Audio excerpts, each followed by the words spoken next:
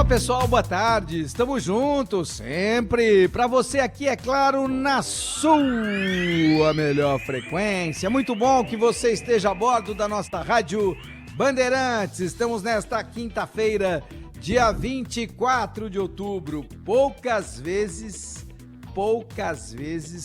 torci tanto por uma equipe, é verdade. Na verdade, todo mundo sabe que sou palmeirense, e muitas vezes, em momentos históricos da vida do Palmeiras, quando eu tinha 9, 10, 11, 12, 13, 14 anos, torcia assim, de maneira desbragada. Mas desde que me tornei profissional, e naturalmente você vai ficando cada vez mais calejado, cada vez entendendo o que é melhor para o futebol e não só para a equipe que você, por acaso, torcia quando era criança. E neste caso de ontem, foi uma torcida assim, incomum, para a equipe do Botafogo. Naturalmente, eu seria torcedor do Botafogo, porque eu não sou daquele tipo que, se eu sou palmeirense, o Corinthians está na Libertadores, eu torço contra. Não, nunca. Sempre torci para a equipe brasileira contra qualquer equipe estrangeira. E seria normal torcer para o Botafogo. Mas ontem, em particular, foi uma torcida não só pelo Botafogo, foi uma torcida pelo futebol.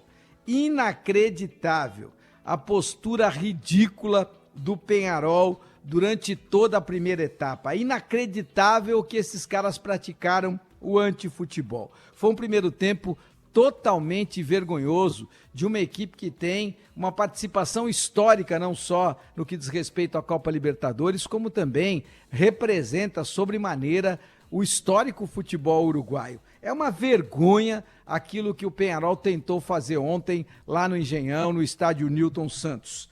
Totalmente contra o fair play futebolístico, fora, inclusive, daquilo que representa a gigantesca história do futebol uruguaio. Um futebol que é de garra, um futebol que é de raça, um futebol que é de entrega, mas não um futebol que é nojento, não um futebol que é do antijogo, não um futebol totalmente contrário a tudo aquilo que a gente imagina ser o fair play futebolístico. Ontem, o Peñarol, na primeira etapa, deu ojeriza e na segunda deve ter dado vergonha para os seus torcedores. O antijogo, neste primeiro tempo, foi assim algo absurdo e o pior, revoltante, porque contou com a participação da arbitragem, que não soube como ser verdadeira, firme. Teve a anuência do hábito da partida e isso também me incomoda profundamente. Mas não há mal que sempre dure, e aí veio uma segunda etapa onde a equipe do Botafogo manteve a mesma postura. Não é que o Botafogo mudou, não, o Botafogo manteve a mesma postura, mas conseguiu, pelo seu talento, pela qualidade dos seus jogadores e principalmente pela eficiência dessa dupla formada pelo Luiz Henrique e pelo Igor Jesus, fazer o primeiro gol. E aí quando você faz o primeiro gol, porteira aqui passa um boi, passa uma boiada, o time do Peñarol se perdeu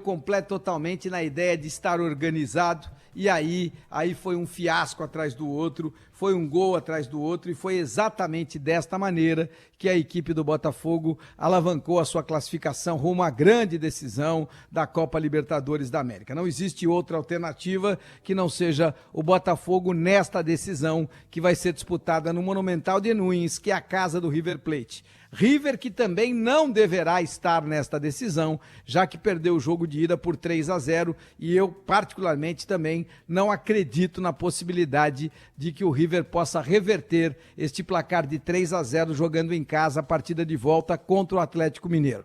Isso eu não acredito. Agora, no que diz respeito ao Peñarol, não existe hipótese do Botafogo não estar na grande decisão da Copa Libertadores da América. É infinitamente superior ao time do Peñarol. O Botafogo tem muito mais qualidade, tem muito mais talento, tem muito mais virtude e é aquele time que está, neste momento, jogando o melhor futebol da América do Sul. E quando você joga o melhor futebol da América do Sul e na partida de ida ganha de 5-0, não existe alternativa que não seja você estar na grande decisão.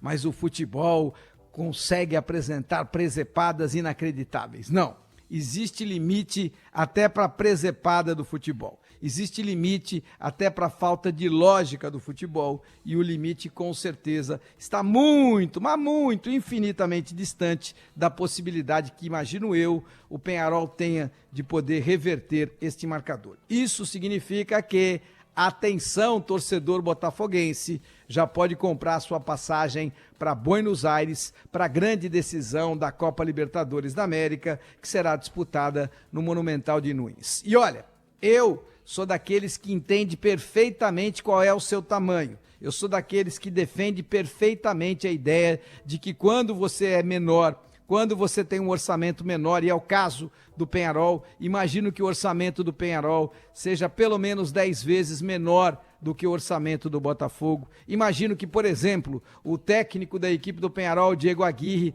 deva ganhar o quê? 40 mil dólares, algo em torno de 200 mil reais. Veja quanto ganha o Arthur Jorge, no mínimo 6, 7 vezes mais do que ganha o Aguirre. E por aí vai. Quanto ganha o melhor jogador da equipe do Peñarol? Pode ganhar o quê? 30 mil dólares, algo em torno de 150, 160 mil reais. Quanto ganha o Luiz Henrique? Algo em torno de 1.600.000 reais. Portanto, nós estamos falando de diferenças muito grandes.